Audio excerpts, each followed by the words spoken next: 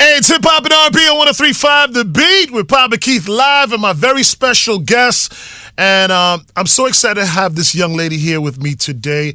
I mean, it is Caribbean Heritage Month, but, you know, she is just an amazing soul. And when you talk about stories of people who come from the Caribbean and attribute to things that Americans enjoy, and, you know, she is that. You know what I mean? And I think she had the total dream. Growing up as, I mean, I know I'm doing the most right now, but I'm fanning right now. You know, growing up, diaspora, Caribbean parents in America, and then being able to be successful in America as an American, and then circle back and then be successful as a Caribbean American in the Caribbean market. It's never easy to do, but she accomplished that. Ladies and gentlemen, Miss Angela Hunt is in the building. Oh, that was special, man. Thank you. So now I said all of that, you know, I got to explain it, right? Of course, do it. So, Do growing up in Brooklyn, New York, going to school there. Yes, Flatbush. You won a beauty pageant. That's how I got to know about you. Yes. All right, through our mutual friend Leslie Ann Fouché, who was also in the pageant, but you won. I did. Right? Trinidad and Tobago, USA. Yes. All right, so fun fact right there. Yes. And then you went on to do some really dope stuff. Yeah. And it had nothing to really do with the Caribbean, which people might find very like, wow, right? Yeah. Explain to the people, and I know it's a lot. Yeah. But see if you could just kind of scrunch it up and give them a little history of the role that you played with hip-hop and R&B music and the culture. Okay. Well, I spanned several cultures. So Yeah. I'll just kind of like, you know, get it as you know, growing up in Flatbush and Bed-Stuy, a little bit of both.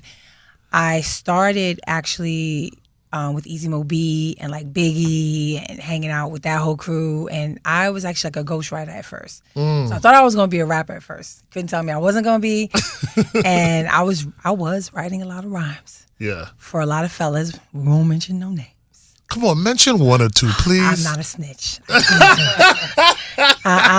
No way. Well, there's one song you're going to end up talking about that you can't deny. But absolutely, go ahead. No problem. But I mean, I'm proud of a lot of things that I did working with Nas and working with Raekwon. Like, I'm probably like one of the only females that's written with Raekwon. You know, like I'm so proud of that because I love the chef. And moved on from that then I moved to London. I came out of Brooklyn, moved to Europe, and then I just like conquered Europe as a singer-songwriter. I didn't think I was going to be a singer-songwriter, but it was actually Easy Mo B and Corey Rooney, who's very responsible for J-Lo. Right. I mean, Prince Marky D. Prince Marky. Rest in peace. Exactly. Rest in peace. Who actually worked on my first album, and it was Mark and Corey that was like, you should really be a songwriter. You know, you can really do this. But the Brooklyn girl was still in me, and I was still a little riled up. I was like, ain't no money in that. And they was like, no, actually, that's where all the money is. Right. And you got it, and you should do it. That's okay. And being Angela and being Caribbean, I was like, but I want to do it differently.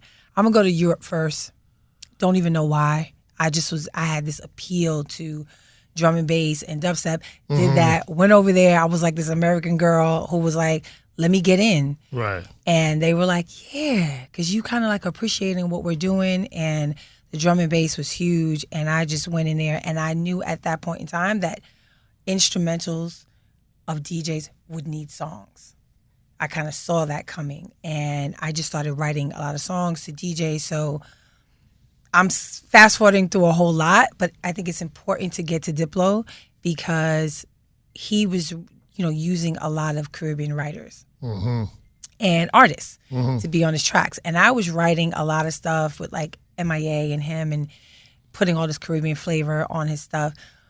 But then he was like taking these other girls and putting them on the tracks. We've seen this before. Oh, for sure. And I was like at a festival one day, and that's my boy, don't get me wrong. Right.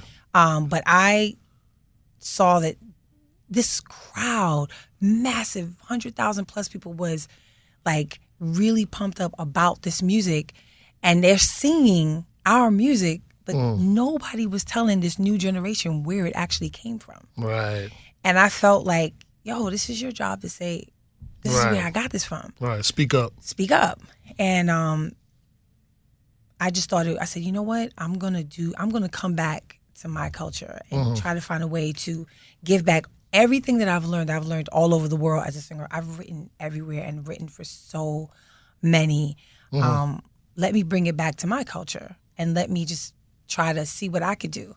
And that's what led to Party Done and the collab with Marshall. And here I am today. I do actually consider myself more like a global artist because I don't think you should put somebody in a box. Nah, you shouldn't. Ever. And I'm mind blown that you skipped over the whole fact that you wrote Alicia Keys and Jay-Z's song New York. Yes. And so can we take a couple steps back and just discover, because I thought that was the one you would give me.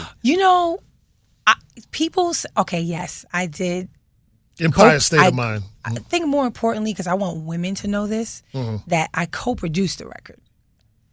And to me, although writing the record was amazing, being a co-producer on the record was even more amazing for me, because I need women to know, you can do more things than just being an artist. You can produce a record too. Right. We need more women out there because we're a little bit more meticulous sometimes. So I want my team is all women, so I'm here with you. You already know what it is. You know what I mean? So I think it's important for girls to know that because, we are just as good as the guys, if not. We just have another different style to them. And I think it's important that girls know, because a lot of girls don't really see female producers. But Empire State of Mind obviously changed my career. Yes. And I'm a type of person, though, which I'm learning. I don't, I just move on to the next record. And sometimes you do need to stop and go, Dad, Britney Spears, Nas. A lot of people, didn't know that I was on I Can. That's me singing the hook on I Know I Can. Wow. Including me. It's no kids on that record. Right. And, I owe that to Salam, who's like, yo, you got this voice that's so different. Shout out to Salam. Love him. Mentor, has mentored me in so many different things. And there's just so many records. Danny DeCane, Showstopper. I did that down here with Jim Johnson, who helped also start my career like crazy. And Empire State of Mind, to me, I didn't know what was going on. I just kind of was on to the next thing, which is because I feel like if you get comfortable and you're just everything's all over the charts, you just kind of get complacent. Right. So let's just move on to the next thing, because I don't think that's my greatest achievement. My kids are my greatest achievement. Being alive today is my greatest achievement. So I just was like, okay, until Jay-Z was on the VMAs. And he texted us and was like, watch the VMAs tonight. And I was like, okay. I didn't watch it. I think I went out to dinner. And I was like, we call that in Trinidad and Tobago hardin'. 100%. I was totally hot-head. And I was on a rooftop and I saw all these cars driving by, blasting the record. And I was like, oh, wow, what's happening? Didn't know the whole Little Mama incident had happened. And then I got home, my publisher called me and was like, did you see the VMAs? The song, they did it. And took off. Yeah, and it was crazy. Took off. But I don't think I really realized until the Yankees won. And then it really became Bleed Blue and the whole. Oh my God, when you see the mayor of New York City and they're like, our official song of New York City, you're like, yo, this is crazy. All right. So it was life-changing for me. In so many different ways. But, there's a lot of Empire State of Minds in my laptop. That ain't the only one. Right. I think I'll be more satisfied when I see, the Caribbean unified and there's no splicing. Well, I think you and I suffer from the same thing. We're in this world with all this Yankee stuff that everybody else looks at as yo, we've made it, or we're in this. Yeah. And we're like, yeah, whatever. Yeah. Oh, I just interviewed Future. Yeah, I don't care. Where's Marshall? Wait, yeah. Yeah, of course. Where's Bungie? You know what I'm saying? Yeah. And because I think we suffer from that diaspora disease where, when you didn't really grow up in Trinidad or in the islands, you always feel this need of kind of making up for missing out on that. Yeah. You know what I'm saying? Well, also, too, I don't know if you experienced this, but in the jobs I was in, when I was in so much pop music, I feel like I had to hide who I was. Oh, for sure. You know what I'm saying? My accent hiding, and every now and then you see someone in the industry, you're Caribbean, like, wait, what's going on? Yeah.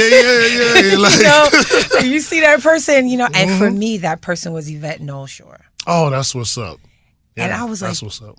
You're from where? I was like, I didn't know Beyonce's publicist was Caribbean. Right. And that spawned a relationship between the two of us. And she made me feel so seen and so heard. She was like, girl, raise your Trinity flag everywhere you go. So like when I won my first Grammy, I had my flag.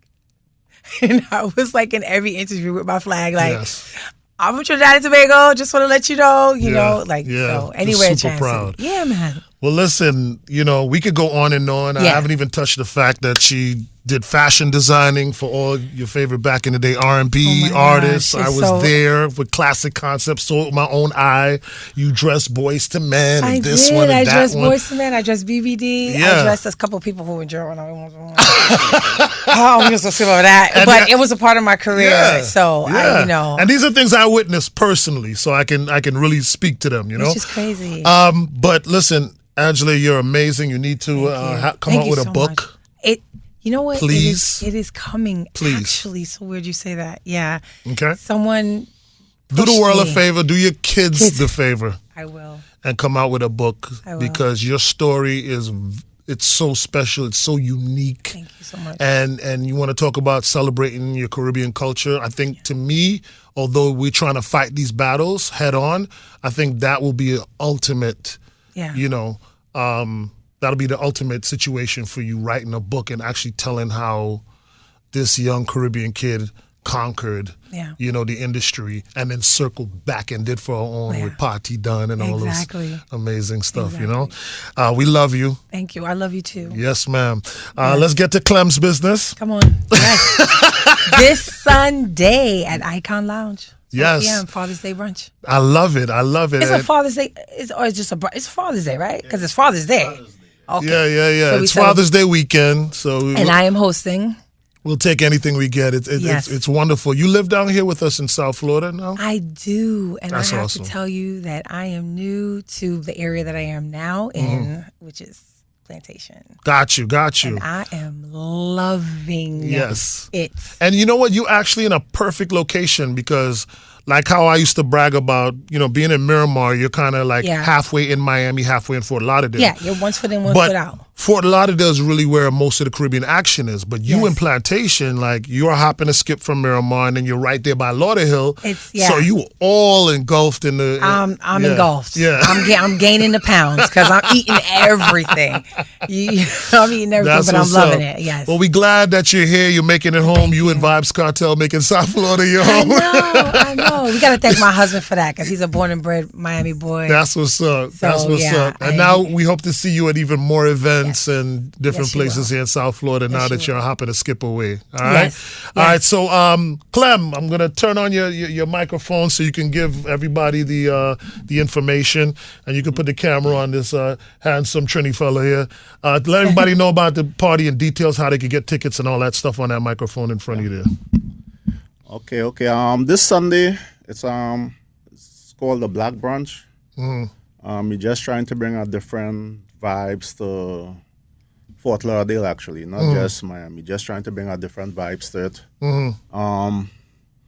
So we got brunch from 12 to 3 o'clock, and then we got the social vibes after that, where you could party and hang, and you know. So it's at Icon Lounge. It's right on Commercial and University. So we kick off at 12 p.m. till whatever time you say when. All right, good. How that menu looking? It will be a mixture of a Caribbean and American menu. Well, that's what we like. It's not just a Caribbean event. Yeah, we want waffles and all that too, boy. Yeah. So you're gonna get all that, yeah. All right. Well, big up to my brother Clem from the original Army Boys. He does a lot of authentic Caribbean, mostly Trini events here in South Florida, man. He's an icon here coming from New York like the rest of us. You know what I mean? And we settled here in South Florida, man. So I just want to give you your roses as well, Clem. Appreciate you, man. Thank you. Love, brother, love. All right, Allison, thank you so much. Oh, excuse me. Did I say Allison? Angela. You like the 18,000th person Sorry, who does I that. apologize. Angela Hunt. Angela. Thank you so much for taking the time to do this. Problem. Coming to hang out with me here today, okay? No problem. All right, I'll see you this weekend. Yes, you will on Sunday. All right, on Sunday for Yes, brunch. we'll have a drink or two or three. Sounds great. Yeah. All right, love you, Queen. All right, love you too. All right.